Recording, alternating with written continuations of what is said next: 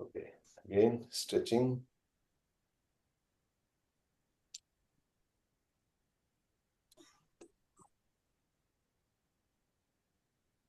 कानों के पीछे से हाथ ऐसे और खींचिए अपने आप को ऊपर। बेली ब्रीदिंग, पेट फुलाइए। लोअर बैक में स्ट्रेच को फील करिए।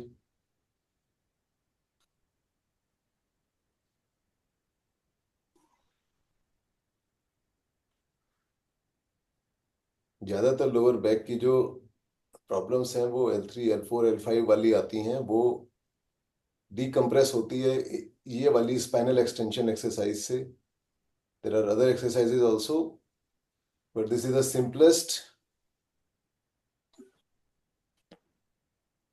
जो आप कहीं पर भी कर सकते हैं। ओके, इसका एक और वेरिएंट करते हैं। चलिए आज एक ऐसे ही करेंगे। जितना खींच सकते हैं आराम से खींच लीजिए, और फिर हम रोटेट होंगे थोड़ा थोड़ा। देखिए एक बारी ऐसे ऐसे धीरे धीरे करना है, कोई जोर नहीं लगाना है, कोई तेज तेज नहीं करना है। और हाथ का ख्याल रखिए कि हाथ वहीं पर खिंचा रहेगा।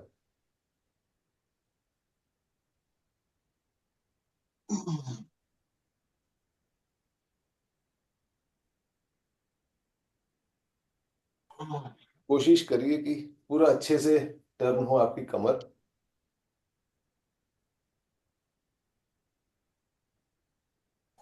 Okay, good. शोल्डर की, हाँ शाबाश। हाथ हाथ सीधा रखें अभी। हाथ आपका, कोहनियां मुड़ रही हैं आपकी मुड़ने में। एक बार दोबारा करिए, दोबारा करिए। अभिजीत दोबारा करिए। हम्म। हाँ गुड। हाँ ओके। हाँ आप, ओके ओके अभिजीत, एक मिनट एक मिनट एक मिनट एक मिनट रुकिए। नहीं, हो सकता है कैमरे का अंतर हो। एक बार मेरे को जरा एक प्रश्न है, उसको मेरा जवाब दे दो। Look at me Abhijit. हाँ, मतलब जब आप ऐसे यहां से जब यूं घूम रहे हैं तो आप पीछे तो नहीं जा रहे हैं ना, ऐसे तो नहीं हो रहे ना पीछे को। सिर्फ इसी इसी जो हमारा जो ये वाला एक्सिस है ये सेम रहेगा, ये टेढ़ा मेढ़ा नहीं होना है।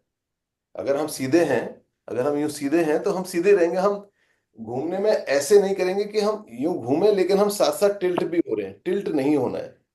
वो टिल्ट वाली ओके। एक्सरसाइज है घूमना। ये वाला जो हमारा एक्सरसाइज है ये सेम रहेगा। इसी में ही हम पहले ऐसे थे, तो अब हम इसी को यूं कर रहे हैं। इसको हम टेढ़ा नहीं कर रहे हैं, तो इसको थोड़ा ख्याल रखिएगा। सीधा, ठीक है। हाँ ऐसे। और इसी में ही इसी एक्सिस में मुड़ रहे हैं हम लोग, अभी टिल्ट नहीं कर रहे। टिल्ट वाली एक्सरसाइज डिफरेंट है, राइट। ऐसे। हाँ गुड। उसी एक्सिस में मुड़िए, उसको टिल्ट नहीं करना है अपनी बॉडी को आपने। हाँ बस बस, ठीक है ठीक है, बहुत नहीं। हाँ गुड गुड, वेरी गुड। जो टिल्ट वाली एक्सरसाइज है वो इसी का एक और जो दूसरा वेरिएंट होता है वो ये होता है कि आप इसको ऐसे करेंगे और फिर आप साइड में टिल्ट होंगे ऐसे। ओ। Then okay breathe, okay. Then breathe. और इसमें खास जो ख्याल रखना है इस साइड वाले में कि ये वाला हाथ, ये वाला जिस तरफ को मुड़ रहे हैं उसकी कोहनी मुड़नी नहीं चाहिए, उसकी कोहनी सीधी होनी चाहिए। मुड़िए और इस कोहनी को सीधी रखेंगे। उस जिस तरफ को मुड़ेंगे उस कोहनी को, यस, उस कोहनी को सीधी रखेंगे। इसको फिर ऊपर को खींचेंगे और दूसरी तरफ को कोहनी सीधी रहेगी। जिस तरफ को मुड़ रहे हैं उस कोहनी को, हाथ, उस हाथ को बाहर को खींचेंगे ऐसे। तब आपकी ये जो टिल्टिंग है वो ज्यादा इफेक्टिव होती है। And then breathe.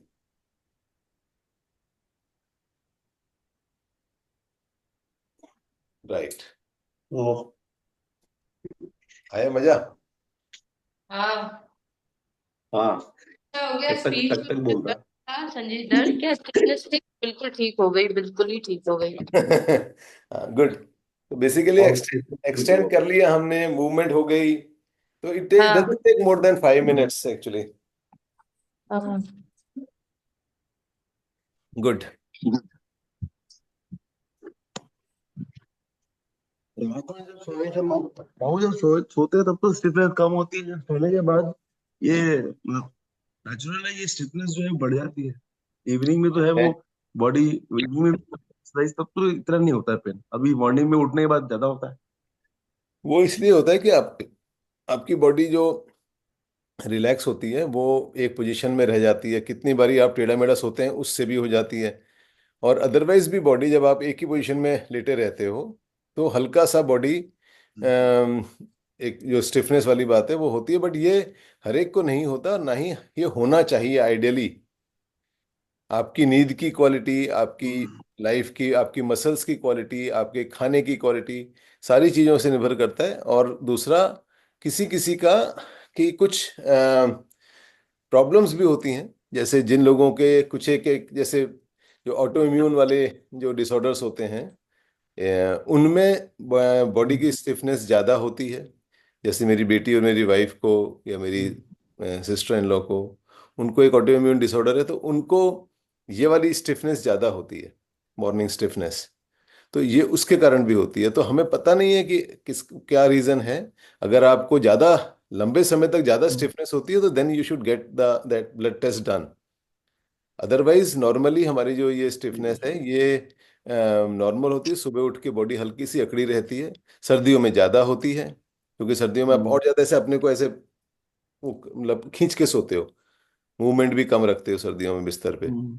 तो वो ज़्यादा होती है, गर्मियों में कम होती है। But hmm. हल्की फुल्की stiffness is okay, and with age it might increase also. जैसे छोटे बच्चों को नहीं होती हम्म। है स्टिफनेस, यंग लोगों को नहीं होती है। हम्म। एज यू एज स्टिफनेस बढ़ती है क्योंकि कुछ कुछ आपकी बॉडी हल्का फुल्का जो डीजनरेट होती है उसके कारण होता है। बट अगर आपकी मस्कुलर स्ट्रेंथ अच्छी है, मस्कुलर स्ट्रेंथ का मतलब अगर आप मसल्स वाली थोड़ी एक्सरसाइज करते हैं, muscle toning and muscle hmm. Strengthening, यानी जो स्ट्रेंथ वाली एक्सरसाइज होती हैं, अगर आप करते हैं तो उतना ही फिर कम भी होगी स्टिफनेस। और उसके लिए जो बेस्ट तरीका क्या ठीक। है, जो मॉर्निंग स्टिफनेस अगर वो बहुत ज़्यादा कोई जेनेटिक या वो ऑटोइम्यून वाला मतलब वो वाली बीमारी वाली नहीं है, उस केस में बेस्ट है कि आप बिस्तर पे जब आप उठते हो, डोंट गेट अप इमीडिएटली। तो 4-5 मिनट जो हम्म। हमारी वो है स्टिफनेस प्रिवेंशन एक्सरसाइजेज मॉर्निंग वाली, वो कर लो। हम्म। वो बहुत अच्छी है, उससे आपकी पूरी बॉडी टो से लेके नेक तक सारी एक बारी स्ट्रेच हो जाती है, टोनिंग हो जाती है। तो वो एकदम गायब हो जाती है उससे स्टिफनेस। ठीक। हाँ। संजीव जी, जैसे रात में डिनर थोड़ा जल्दी कर लें, ओवरवेट भी एक मेरे ख्याल से रीजन है स्टिफनेस का। और जल्दी ना खाना, लेट में मैं अधिकतर मैंने देखा, अगर मैं लेट में डिनर करती हूँ ना तो ये स्टिफनेस ज्यादा होती है। जब मैं डिनर बहुत लाइट या बहुत पहले कर लेती हूँ तो नहीं होती है। हाँ, गुड, वेरी गुड ऑब्जर्वेशन। क्योंकि क्या है कि खाना अगर आपके पेट में सोते, जब आप सोए और आपके पेट में खाना रहा, तो बॉडी के जो नॉर्मल हम्म। रिलैक्सेशन के जो प्रोसेस प्रोसेस हैं वो कॉम्प्रोमाइज हो जाते हैं। क्योंकि बॉडी को खाना पचाना है, जबकि आइडियली जब आप सोते हो तो पेट खाली होना चाहिए ताकि आपके जो पचाने वाले ऑर्गन्स हैं वो भी शांत हो जाएं, तब तक उनका काम भी खत्म हो जाए, खाना नीचे चला जाए। नीचे अपना ठीक है, आते तो काम करती रहेंगे, लेकिन जो एटलीस्ट जो लिवर है या स्टमक की जो वो पेप्टिक जूसेस वगैरह हैं वो रिलीज हो रहे हैं, तो वो सब एटलीस्ट शांत हो जाए, तो फिर बॉडी बेटर परफॉर्म करती है। इसीलिए जो 2.5 घंटे का गैप हम लोग बोलते हैं कि भाई खाना खाने और सोने में 2.5 से 3 घंटे का गैप रखना चाहिए।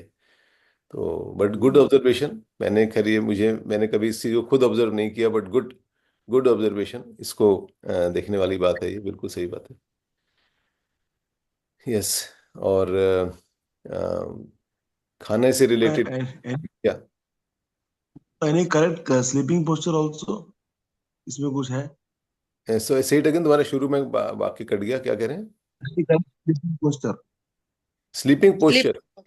हाँ, स्लीपिंग पोस्चर तो जी। इम्पोर्टेंट होता ही है कि आप कैसे सोते हो। क्योंकि अगर आप बहुत ज्यादा टेढ़ा होके सोते हो, जैसे ना ऐसे फीटल पोजीशन में जिसको बोलते हैं, ऐसे बिल्कुल यूं ऐसे करके, तो नेचुरली ये जो यहाँ वाला जो पूरा वर्टिबल कॉलम है वो टेढ़ा हो रहा है। तो इसका कोई बेस्ट वाला सिस्टम नहीं है कि कैसे सोना है।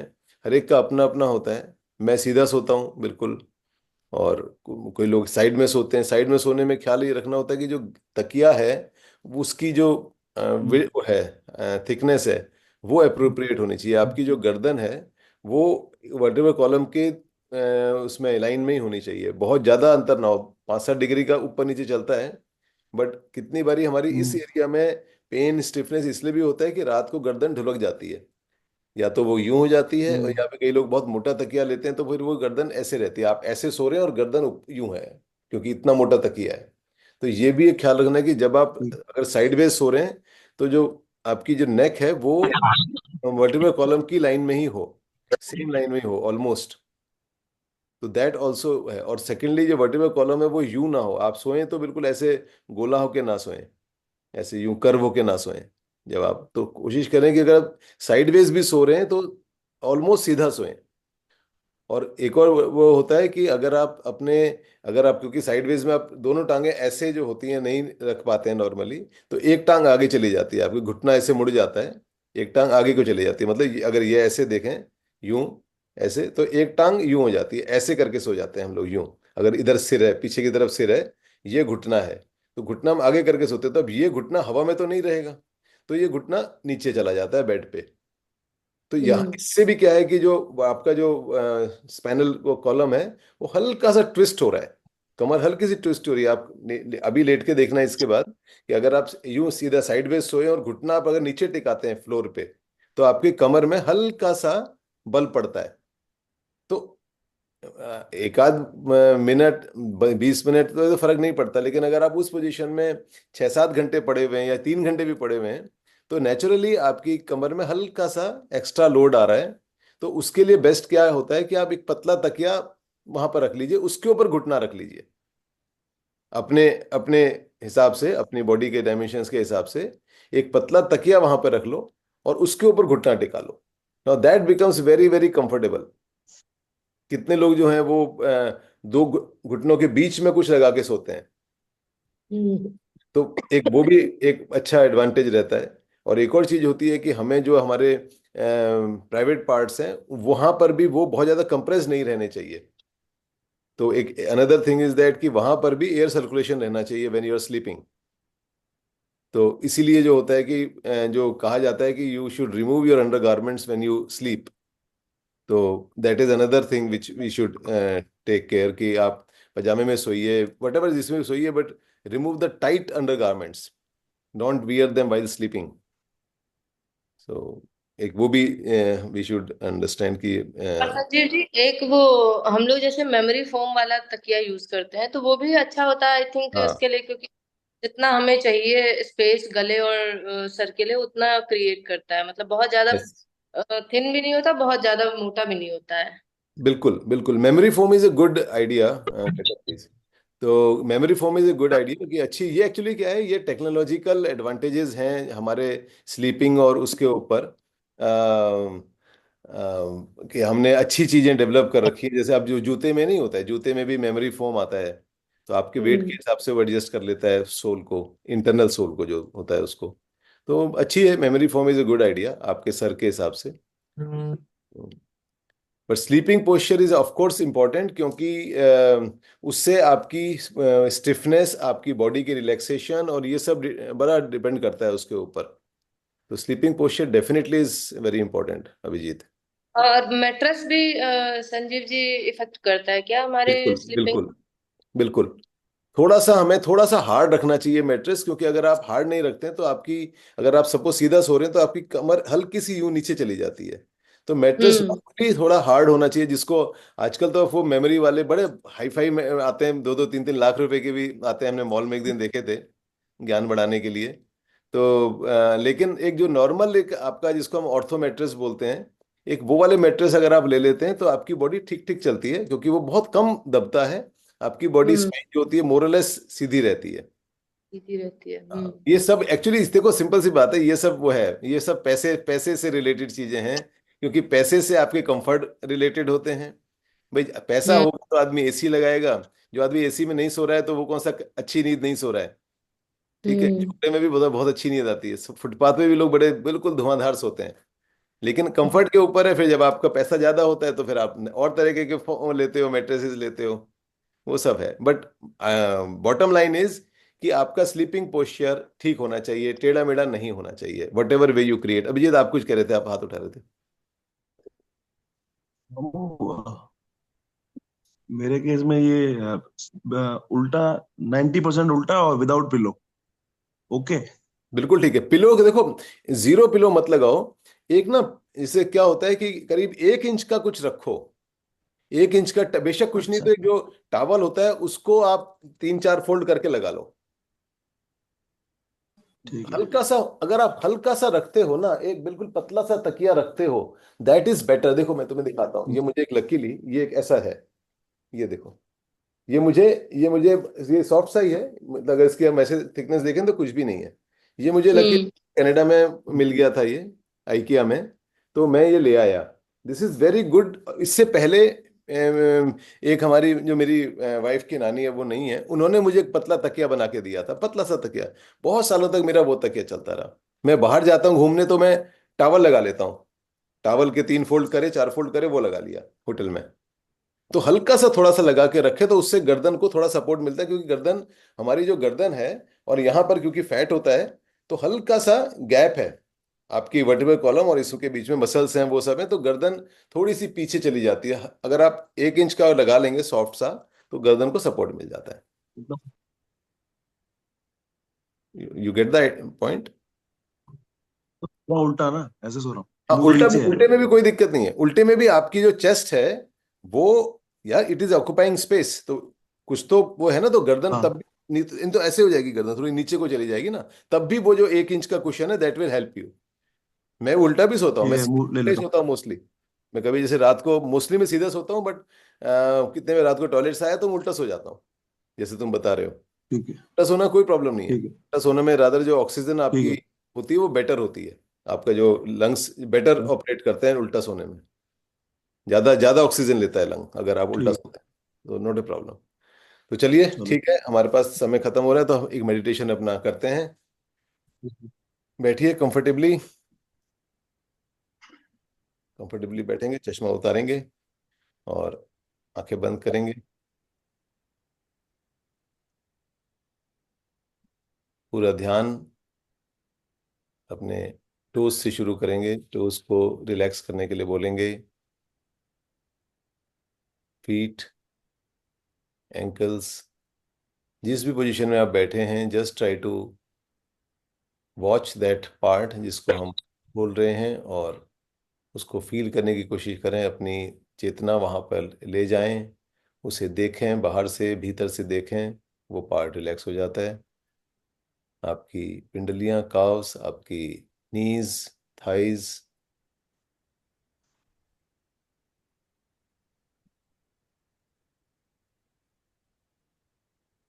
आपके हाथ, forearm, कलाइयाँ,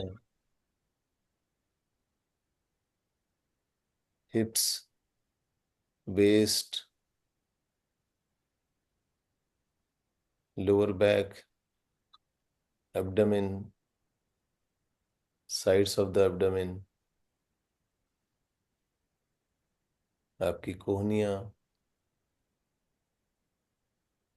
upper back, chest, upper arms. Just try to watch them, feel them, they get relaxed. कंधे, अपने नेक की मसल्स को फील करें, कंधों की मसल्स को फील करें। अगर उसमें टाइटनेस है, स्टिफनेस है, तो उसे रिलैक्स होने का कमांड दें। Chin, lips, cheeks, knows,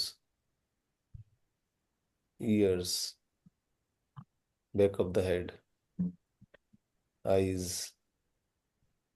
eyelids, top of the head, forehead. Focus your attention on your forehead and feel the pressure on the point between the two eyebrows.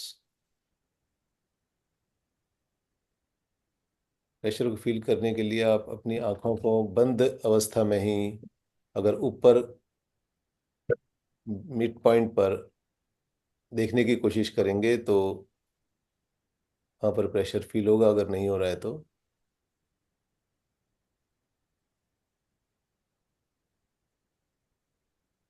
अपना ध्यान अब अपनी ब्रेथ पे लाएं। नॉस्ट्रिल्स पे भीतर जाते हुए श्वास को फील करें, उसकी हवा की ठंडक को। पेट का फूलना या चेस्ट के मूवमेंट को नोटिस करिए, उसे एक्सपीरियंस करिए।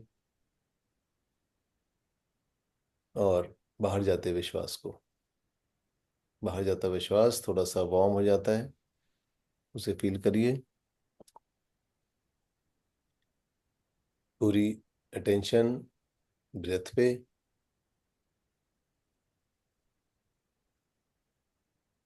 इनहेलेशन,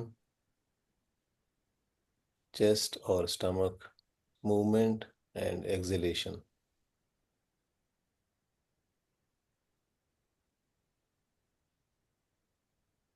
पूरा ध्यान ब्रेथ पे लगाएं।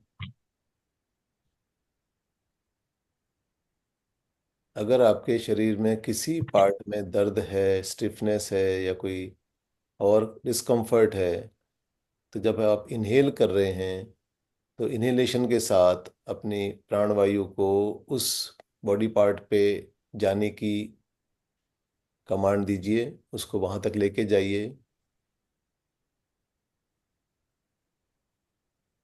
इनहेल करें और उस इनहेलेशन के साथ अपनी चेतना नॉस्ट्रिल से उस बॉडी पार्ट तक एक पाथ बनाएं।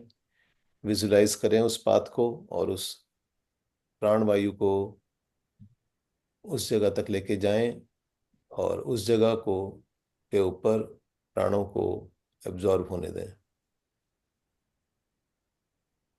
Take your breath from the nostrils to that body part which is little stiff or giving you some kind of a discomfort.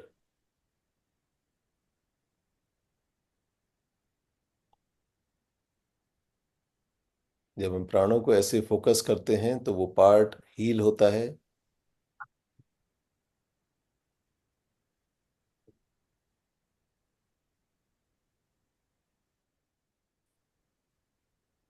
हम एक कंसंट्रेटेड कंडेंस्ड फॉर्म में प्राणों को उस पार्ट तक लेके जाते हैं।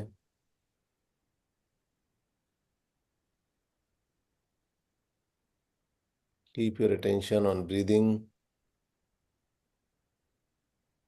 inhalation, chest or stomach movement, exhalation.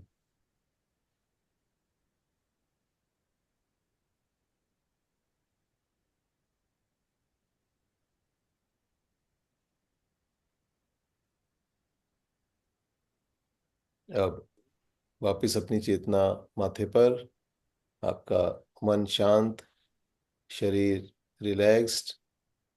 अब दोनों हाथों को रगड़ेंगे, हथेलियों को, हथेलियों के बीच में हर उंगली अपने दूसरे हाथ की उंगली के ऊपर रगड़। अंगूठा, तर्जनी, मध्यमा, जितनी भी आपकी उंगलियां हैं आपस में, और हथेली भी बिल्कुल आपस में रगड़। उसमें उष्णता पैदा करें, वार्मथ पैदा करें और फिर हथेली को बंद आंखों के ऊपर लगाएं। आंखों के भीतर उस वार्मथ को जाने दें। जो हमारी आई बॉल्स हैं वो इससे रिलैक्स होती हैं। जो एनर्जी हमने जनरेट करी, जो kinetic energy, heat energy generate हुई, वो आंखों के भीतर आंखों को हील करती है, रिलैक्स करती है। और अब आप आज के दिन के लिए अपना इंटेंशन सेट करें। आज का दिन हम स्माइलिंग होके बिताएंगे, अपने साथ अच्छे रहेंगे, दूसरों के साथ अच्छे रहेंगे। क्रोध आया तो उसको अपनी एनर्जी नहीं देंगे।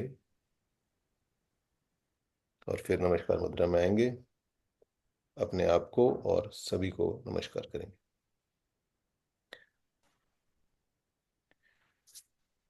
चलिए ठीक है, I think we are good for the day. अच्छे से दिन बिताइए। Have a nice day. नमस्कार। Fully relax.